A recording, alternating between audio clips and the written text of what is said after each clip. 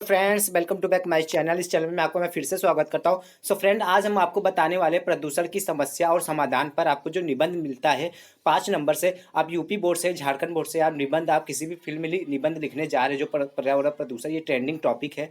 ये लगातार UP board में 2013, 14, 15, 16, 17 लगातार आपको देखने को ऑलरेडी मिल जाएगा। तो हम आपको बता देते हैं कि लगातार कंटिन्यू देखने को मिल गया यूपी बोर्ड में ये, जो कि 5 नंबर का क्वेश्चन रहता है और लगातार यूपी बोर्ड में 100% श्योर के साथ कहते हैं ये आता है। आप किसी भी बोर्ड से, बिहार बोर्ड से, झारखंड बोर्ड से, एमपी बोर्ड से है, आप किसी भी बोर्ड से है तो 100% श्योर के साथ कहते हैं आपको देखने को ये 100% मिल जाएगा, जो कि ये 5 नंबर का होता है। 8 नंबर को भी आपको देखने को भी मिल जाएगा।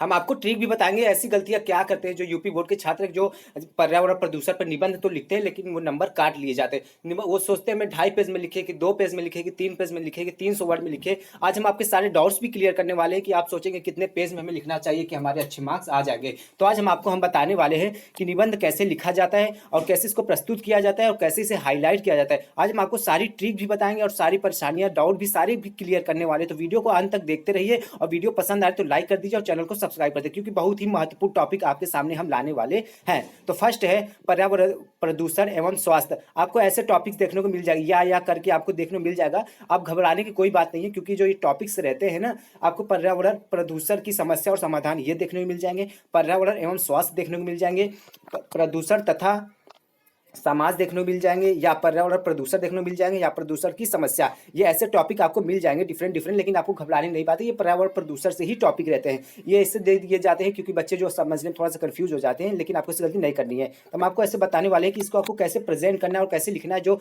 8 में से 8 मार्क्स रखने का मैं दावा करूंगा। तो आपको पहले लिखना रहेगा प्रस्तावना। ये जो होता है ना कि मतलब कि प्रदूषण में जो आप इसका निष्कर्ष निकालते हैं वो तो लास्ट में देता है, लेकिन इसका अर्थ क्या है, मैं इसमें क्या जिक्र करने वाला हूं, वो इसके लिए प्रस्तावना होता है। तो आज हम आपको बता देते हैं। आपको पहले रूपरेखा में आप लिख लेना है प्रस्तावना, प्रदूषण का अर्थ। इसको ट्रिक भी समझ के याद कर लीजिए ना। प्रस्तावना, फर्स्ट रहेगा प्रस्तावना, दूसरा रहेगा प्रदूषण का अर्थ, तीसरा रहेगा प्रदूषण के प्रकार, चौथा रहेगा प्रदूषण की समस्या तथा समस्या का समाधान, उपसंहार। इसको याद अगर नहीं हो पा रहा तो फ्रेंड आप इसको समझ लीजिए। प्रस्तावना में रूपरेखा हम लिख लेंगे पहले, फिर उसके बाद 2 3 4 वर्ड कीवर्ड आप लिख सकते हैं, जैसे प्रदूषण का अर्थ क्या होता है और प्रदूषण कितने प्रकार के होते हैं, प्रदूषण की समस्या तथा समाधान एवं इससे हानियां, समाधान का उपसंहार। आप इतना भी टॉपिक याद कर ले तो इसके लिए आप ये बहुत ही है। तो आज हम आपको बताने वाले, तो फर्स्ट में आपको लिखना रहेगा प्रस्तावना।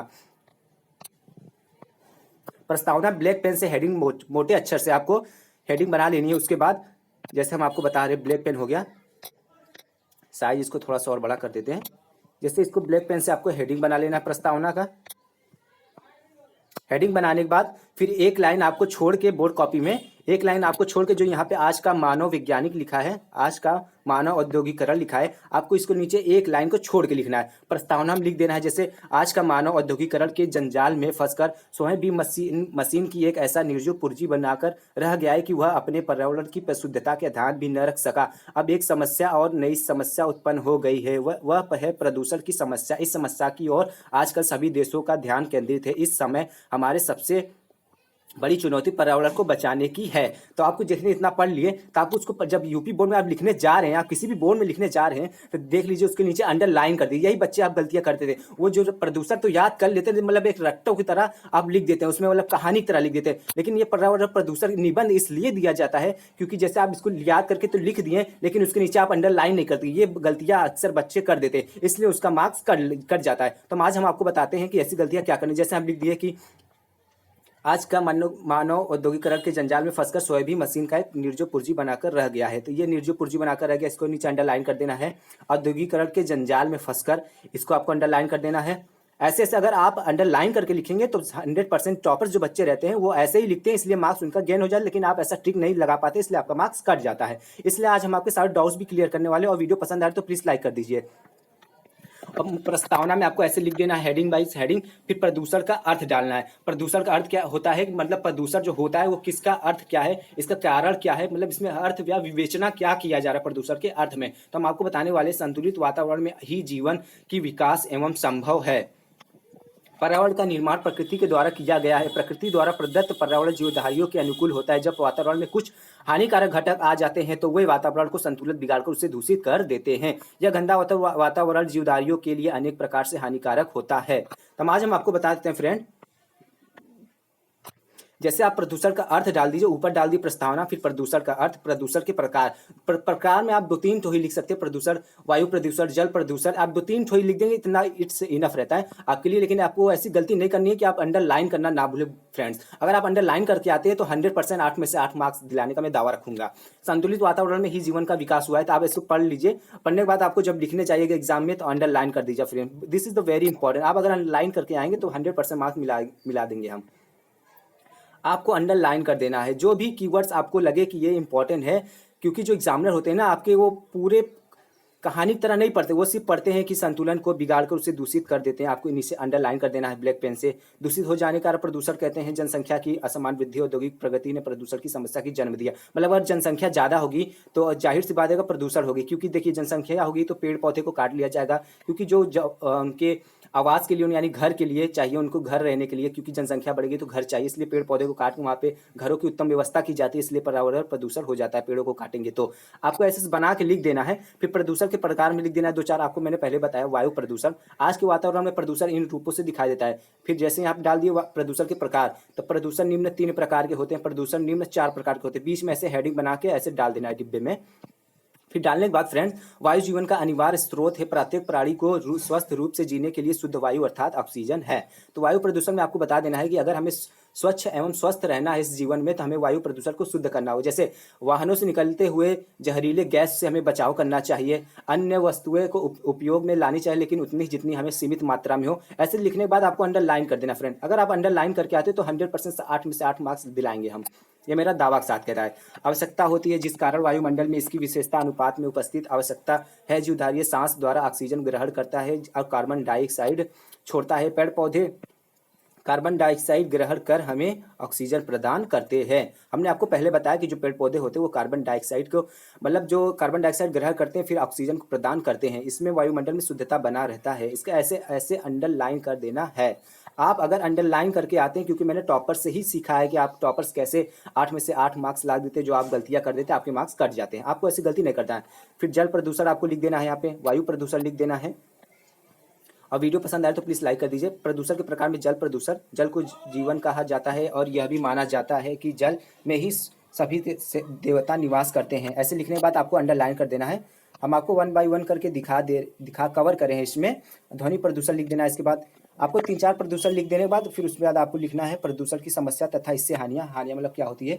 बढ़ती हुई जनसंख्या और औद्योगिकरण की नींव विश्व में प्रदूषण की समस्या पैदा कर रही है। कारखानों से, ऐसे अंडरलाइन करना है, this is the very important. जहरीले गैसों से, रिसाव से आज मानव जीवन समस्या हो सकता है। प्रदूषण से मनुष्य जानलेवा बीमारियां के शिकार हो रहा है। अगर आप ये मतलब निबंध आप अच्छे से कर लेते हैं तो ये 2% आपके यूपी बोर्ड में बन जाते हैं, क्योंकि निबंध अक्सर बच्चे गलतियां कर देते हैं, बच्चे भी हो या बच्चियां हो, कोई भी हो गलतियां कर देते हैं, तो ऐसी गलती आपको नहीं करनी है। प्रदूषण की समस्या तथा इससे समाधान, प्रदूषण की समस्या तथा इससे हानियां, ये भी हम आपको बता दे रहे हैं कि मतलब हानियां क्या होती है अगर प्रदूषण, बढ़ती हुई जनसंख्या और औद्योगिकरण ने विश्व के प्रमुख प्रदूषण की समस्या पैदा कर रही है।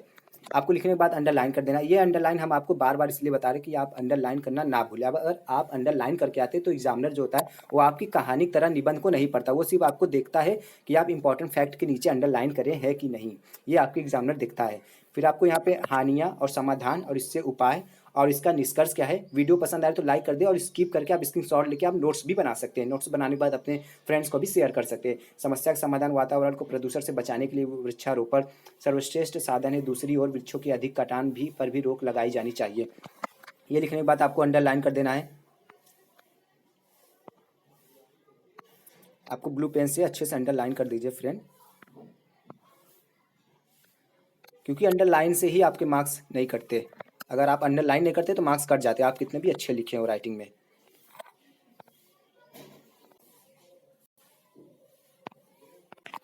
बनाने के बाद आपको अंडरलाइन करना ना भूलिए फ्रेंड, क्योंकि अंडरलाइन ही मार्क्स आपको दिलाएंगे। तो फिर उपसंहार आगे जहाँ पे आपको निष्कर्ष निकालना, मतलब कि पर्यावरण प्रदूषण आपको लिख दिए, पर्यावरण प्रदूषण के प्रकार लिख दिए, इसका प्रकार लिख दिए, अर्थ लिख दिए, कितने प्रकार के होते हैं, किससे बचाव क्या है, इससे रोकना चाहिए। लेकिन आपको उपसंहार में क्या लिखना है, यही तो आपके लिए इंपॉर्टेंट होता है। प्रसन्नता की बात यह है कि भारत सरकार प्रदूषण की समस्या के प्रति जागरूक है। उसने 1974 ईस्वी में जल प्रदूषण निवारण अधिनियम लागू किया था। इसके अंतर्गत एक केंद्रीय बोर्ड तथा प्रदेश में प्रदूषण नियंत्रण बोर्ड गठित किए गए हैं। इसी प्रकार नए उद्यमों को लाइसेंस देने और वनों की कटाई रोकने की दिशा में कठोर नियम बनाए गए हैं। इस बात के भी प्रयास किए जा रहे हैं कि ये नए वन क्षेत्र बनाए गए हैं और जन सामान्य को वृक्षारोपण के लिए प्रोत्साहित किया जाए। न्यायालय द्वारा प्रदूषण फैलाने वाले उद्योगों को महानगरों से बाहर ले जाने के आदेश दिए गए हैं। यदि जनता भी अपने ढंग से इन कार्यक्रमों में सक्रिय सहयोग दे और यह संकल्प ले कि जीवन में आने वाले प्रत्येक शुभ अवसर पर कम से कम एक वृक्ष अवश्य लगाइए, तो निश्चित ही हम प्रदूषण के दुष्परिणामों से बच सकेंगे और आने वाले पीढ़ी को भी इसकी काली छाया से बचाने में समर्थ हो सकेंगे। इसका निष्कर्ष यह निकलता है फ्रेंड कि अगर हम पेड़ पौधे को काट देते हैं तो आने वाले जीवन में हमें अकाल पड़ जाएगा, जिससे हमारे बच्चे भी न स्वस्थ रह पाएंगे, वो शुद्ध वायु प्रदूषण को भी नहीं ग्रहण कर पाएंगे। साथ ही साथ और जीवधारियों जो भी रहते हैं पेड़ पौधे के साथ साथ जो हमारे जल में भी जीवधारी रहते हैं उनके लिए भी जीवन काल विनाश हो जाएगा। तो आपको उपसंहार में ऐसे निष्कर्ष लिख देना है। निष्कर्ष लिखने के बाद आपको अंडरलाइन करना ना भूले, इसलिए मैं आपको बार बार कह रहा हूं। अंडरलाइन करने के बाद आपको निष्कर्ष में 2-4 पॉइंट को आपको ऐड कर देना है। ऐड करने के बाद अच्छे से ट्रेंडिंग में टॉपिक आप ऐड कर सकते हैं कि हाल ही में जो प्रदूषण हो रहा है वो पेड़ों की कटाई हो रहा है, साथ ही साथ वायु जो इतने तेज हो जा रहे हैं, वाहनों से निकलते जहरीले गैस को आप निगल रहे यानी स्नूज कर रहे हैं, सूंघ ले रहे हैं।